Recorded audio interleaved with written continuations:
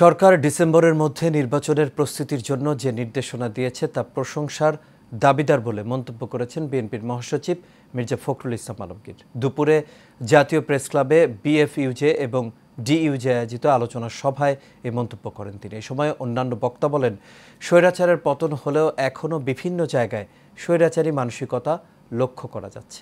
কাউসার Ahmed report করেছেন। যখন আমাদেরকে কেরানীগঞ্জ কারাগারে পাঠানো হয়, 24 ঘন্টা লকআপে রেখে আমাদের মানসিক নির্যাতন করা হয় এবং সর্বশেষ 5 আগস্টের 2 দিন আগে আমাদের খাবার এবং পানিও বন্ধ করে দিয়ে নির্যাতন নিপীড়ন করা হয়। আওয়ামী লীগের শাসন আমলে সাংবাদিকদের নির্মম নির্যাতন এবং অত্যাচারের কথা তুলে ধরেন ভুক্তভোগী সাংবাদিকরা। ছাত্র জনতার অভ্যুত্থানে সাংবাদিকদের ভূমিকা শীর্ষক আলোচনা সভায় এমন কথা তুলে ধরেন তারা। এ সময় সাংবাদিক নেতারা বিভিন্ন দাবি দাওয়াও তুলে ধরেন। তবে ঐক্যবদ্ধ হয়ে বাংলাদেশের গণতন্ত্র যাতে সুসংহত হয় সেই চেষ্টাই করা উচিত। কারণ কোনোভাবে ফ্যাসিস্ট যদি আবার ফিরে আসে তাহলে কিন্তু আমাদের সবার জীবনে দুর্ভোগ নেমে আসবে। গণমাধ্যমগুলো একটি পক্ষ, ছোট্ট একটি পক্ষ যখন জুলাই বিপ্লবের পক্ষ ছিলেন, বেশিরভাগ তখন জুলাই বিপ্লবের বিপক্ষে ছিলেন। সেই কথাটি আমাদেরকে মাথায় রাখতে হবে। অনুষ্ঠানে উপস্থিত হয়ে বিভিন্ন রাজনৈতিক দলের নেতারা বলেন, দলগুলোর মধ্যে ভিন্ন মত থাকবেই, কিন্তু দেশের স্বার্থে সবাইকে এক থাকতে হবে। এখানে আমি মনে করি আত্মতৃপ্তির স্বস্তির কিছু নেই। ব্যক্তি হাসিনা গেলেও আমরা চারিদিকে তাকিয়ে দেখতে পাচ্ছি প্রশাসনের রন্দে রন্দে, আপনি জুডিশিয়ারি বলবেন, সিভিল অ্যাডমিনিস্ট্রেশন বলবেন, পুলিশ বলবেন, সাংবিধানিক প্রতিষ্ঠানগুলো বলবেন, প্রত্যেকটি জায়গায় ওই ফ্যাসিবাদের দোসররা কিন্তু এখনো ঘাপটি মেরে পড়ে আছে।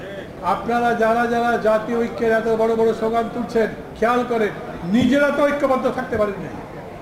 জাতীয় ঐক্য কি রকম? জাতীয় ঐক্য মানে আমাদের মত পার্থক্য থাকলেও আমরা মূল প্রশ্নে ঐক্যবদ্ধ থাকবো। অনুষ্ঠানে প্রধান অতিথির বক্তব্যে বিএনপি মহাসচিব মির্জা ফখরুল ইসলাম আলমগীর বলেন, বিএনপির জন্ম সংস্কারের মধ্য দিয়ে। যারা বলেন বিএনপি সংস্কারে বাধা দিচ্ছে, এটি অন্যায়। ধন্যবাদ দিতে চাই এই ফোরাম থেকে যে তিনি নির্দেশ দিয়েছেন ডিসেম্বরের মধ্যে নির্বাচনের সব কাজ গুছিয়ে রাখার জন্য নির্বাচন কমিশনকে। এটা একটা অত্যন্ত ইতিবাচক ব্যাপার। And he deserves thanks for that.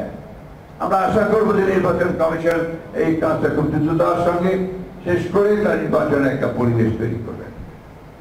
আমরা দাবি করছি যে এই নির্বাচনে যেন অবাধ, নিরপেক্ষ এবং সকলের কাছে গ্রহণযোগ্য হয়, সেই ধরনের একটা নির্বাচন যেন নির্বাচন কমিশন উপহার দিতে পারে এবং সেভাবে যেন কাজ করে। এ সময় বিএনপির স্থায়ী কমিটির সদস্য এজেএম জাহিদ বলেন, ধমক দিয়ে মব সৃষ্টি করে এদেশে আর কোনো কিছুই আদায় করা যাবে না।